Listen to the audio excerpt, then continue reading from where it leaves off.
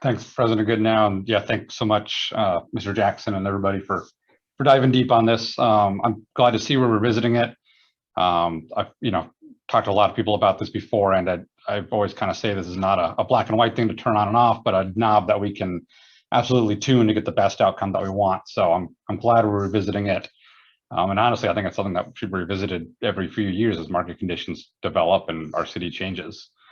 We go through my list of questions. Thanks to all the excellent council member questions. Some have already been answered, but let me see what I can revisit here. I think just to start to confirm, so the current 10 projects that have been completed and under development, are any of those luxury condos by chance? It sounds like by definition that couldn't be the case, but Mr. Jackson? Yeah, there are no condo projects. Okay, so no condos or luxury condos have taken advantage of the 8-year exemption so far. Okay, thanks for clarifying that. Back to the 60% question. So I too would like to know what percentage of Bremerton's population would qualify with that 60% threshold.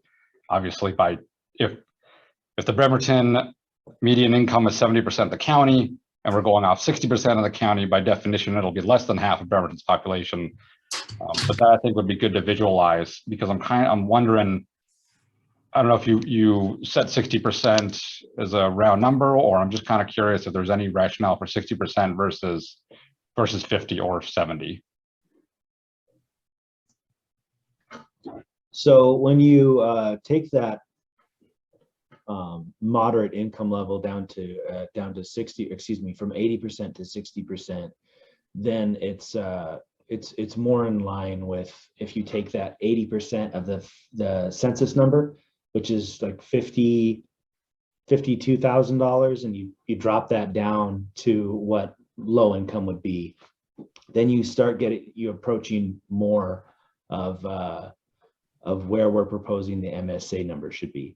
So we drop that census number down. When you drop the census number down to what would be defined as an 80% low income, you get more in the range of 60%. I'm sorry if this isn't coming across very well.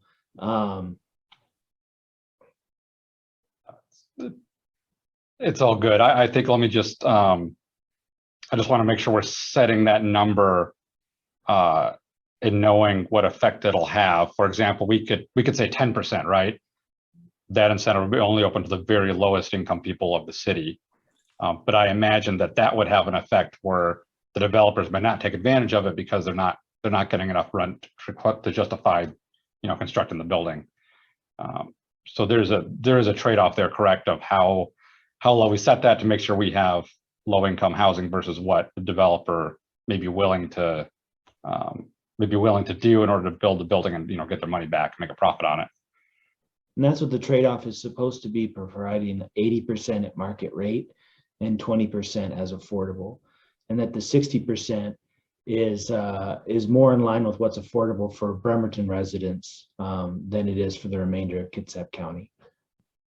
Okay, I think it'll be good to still just kind of look at that number and the number of Bremerton residents. It'd be interesting to see the actual distribution of income of Bremerton residents, then we could kind of see where the line is. Yeah, going back to making sure outside stakeholders are involved. I independently contacted KCAR and some other groups just to make sure they're aware, and I know KCAR said that they told me they weren't. So it might be good to make sure that we get a response from them, even if they have no comment, that we're making sure that we're getting a comment on this again, because I just think it's important to make sure we get this right and we get everybody weighing in. And I do go back to, I think it's important to really nail down how much less market rate we're expected to get if we get rid of that 8-year exemption. It seems really nebulous right now, and so that might also be worth explicitly asking the developers of these projects if they have any future projects on the books, and if we got rid of the 8-year, are there any projects we're going to miss out on because of that? And I'll pause there, Mr. Jackson, just to confirm we don't really know that yet, right? We don't know how many won't be built because of the removal? Yeah, it's not really a number that we could find out. I'd be happy to do some more outreach. But I think at the direction of the project is more on which way the council wants to take it, as far as, do you want to provide additional housing or affordable housing? And that's really the onus behind it. So I'm happy to look into getting some more specific feedback for you. Sounds good. I'll just finish there of, yeah, I absolutely want to make sure we have more low-income housing in this, in the city set aside for people who need it. But similar with Councilmember Dennehy's concerns, I want to make sure that we do this carefully, and it's not going to stop the production of all other types of housing across the city, which would result in rents then rising across the board. So I just want to make sure we do this in a very thoughtful manner. I'll stop there. Thanks so much.